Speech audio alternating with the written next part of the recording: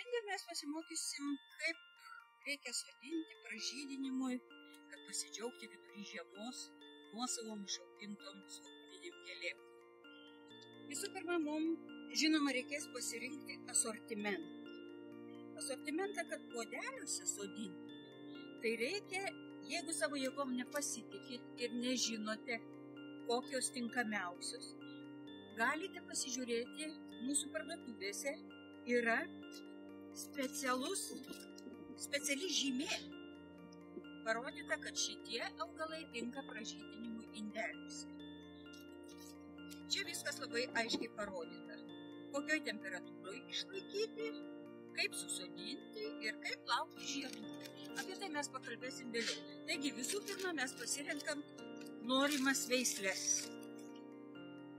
Toliau mums reikės vandenuko, mums reikės augalų augimo, kad jie geriau vystytųsi stimuliatorių.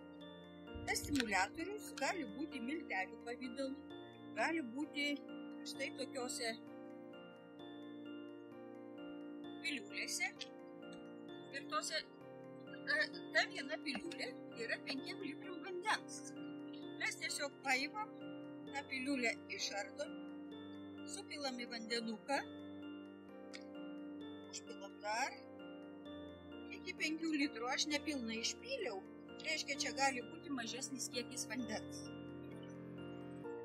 Pamaišius mes turėtume užmerkti ir šitos svogūnėlius palaikyti, kiek jūs turėsite laiko. Žinoma, nelabai ilgai, bet galima iki 3-4 valandų palaikyti. Tai nuo šito gal ir pradėkime. Dabar atidarę pakuotę, jeigu jūs nusipirksite anksčiau, tai galite atidarytose pakuotėse, tačiau čia yra perforuotos pakuotės ir svogūnėliai kvėpuoja. Reikia sukrauti storai jų keliom eilėm.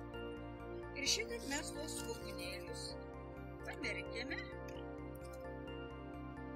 Čia aš pamerkiau pulkus. Ir dar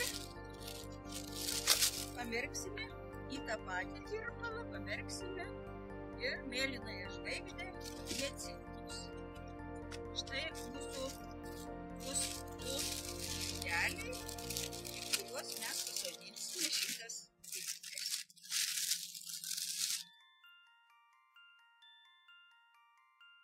Tegu sau mirksta, o mes galime tuo tarpu pasiruošti indelius. Indelius galite naudoti kokie jums tik tai šauna į galvą. Indeliai, štai toks 15-likinis, paprastas plastmasinis indelis. Ir jūs jame galite saugoti iki pražydinimo pradžios. O vėliau jau tą indelį, kai įsinešite į kambarį, galite įdėti ir pasipuošti jau į jums tinkančią spalvą.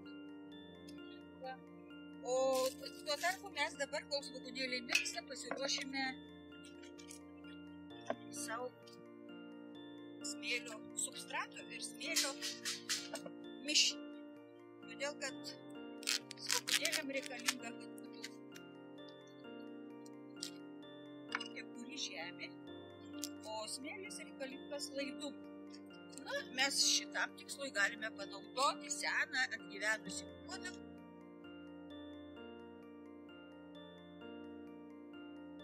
Naudosime taip, substrato 3 dalys.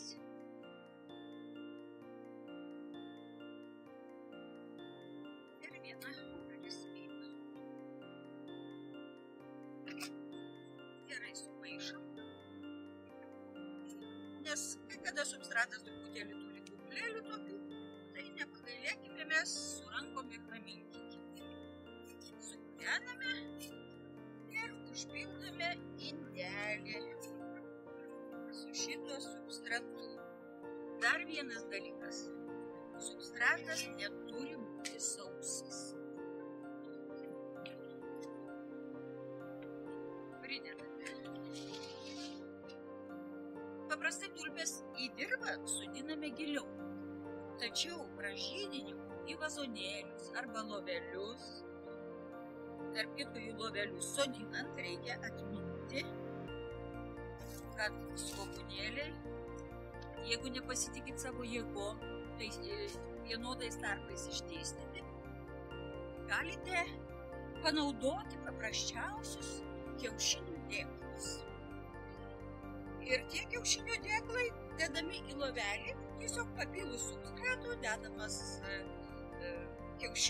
pusė kiaušinių dėklo, tada vėl įpilama substrato, išdėliojami svogūnėliai ir užberiama eiliniu sluoksniu. Ir šitaip toliau saugoma iki pražymo. Nu va, mes dabar kaip ir pasiruošėm šitos indelius, tačiau mums būtina gerai sudrėkinti substratą. Gal čia per daug dėliuką, bet įsispaus. Tai dabar vandenuko dar šiek tiek turim. Ir dabar galime išdėlioti jau svogūnėlius. Jie mums pamirko, čia vandenukas pratekėjo, bet reiškia gerai sudrėkinom. Reikia taip jau, kad prabėgtų vanduo. Dabar sodinsime tulpes. Išsirenkame mes tulpes, galim pradėti nuo hiacintų, jie didesni man lengviau išgraibyti. Ir sodiname taip, kad nepilnai užžertume. Čia yra tokia indeliuose sodinimo taisyklė. Neturi būti pilnai užžertas, ne taip kaip žemėje sodinant. Išdėliojame, sakykime, čia net prabangiai išdėliojom. Galėtų būti, šitiem hiacintam galėtų būti ir mažesnis vazonėlis. Nu, kokiu 1 centimetru, čia yra 14. Dabar dar truputėlį duosim substrato. O paviršių gražiai uždėliosim, užpilsim smėliuku. Vienas dalykas, kad ne taip greitai džius substratas. Kitas dalykas, kai laistysim, gražiau atrodys.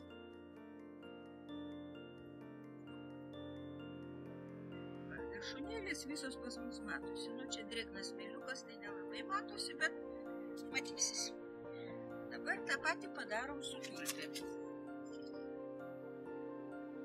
Išsigrėbėm tulpes.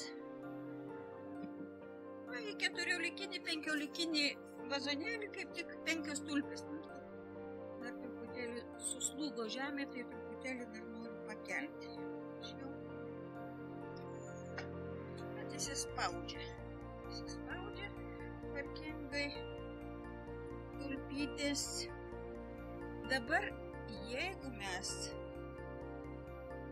šitas tulpytės palaikysime, sodiname vis tiek spalio mėnesį, tai jeigu mes jas palaikysime dar lauke, po tokią temperatūrą, tai pliusinė, tegu gyvena jos lysviai, galima prikasti tuos vazonėlius lysviai, galima įnešti į patalpą, bet turi būti maždaug, apie 9-10 laipsnių šilumos. Tačiau nereikia pamiršti, kad svogūninės gėlės yra tokios, kuriom reikalinga šaldymo periodas. O šaldymo periodas turi irgi maždaug apie mėnesį būti, kad būtų kokie 2 laipsniai šilumos. Tai jau turim mes pasirinkti, ar tai turim garažą, ar tai turim kažkokį tai sandėliuką, nešildomą, bet būtų gerai, kad išlaikyti minimalią pliusinę temperatūrą. Tada labai gerai įsišaknyja. Dabar, kada jau įsišaknyja, mes pamatom pro vazonėlio apačią lendant baltas šakneles. Bet tada jau galim padėti mes jas ir šaldyti. Kaip sakiau, iki 2 laipsnių. O jeigu jau norime labai, kad mums jos žydėtų, išsirenkame terminą, kada parsinešti į namus. O parsinešti į namus reikia maždaug prieš 3-4 savaitės prieš pražydį.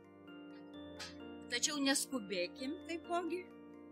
Jeigu parsinešėm, palaipsniui ir pratinkim prie aukštesnės temperatūros. Nes jeigu įnešim iš karto į šiltą kambario temperatūrą, bus labai staigus augimas ir tiesiog išaugs silpni kotai. Jie labai greitai bus išvaryti ir galvelės svyruos tiesiog ant jų. Tai reikia irgi pratinti palaipsniui.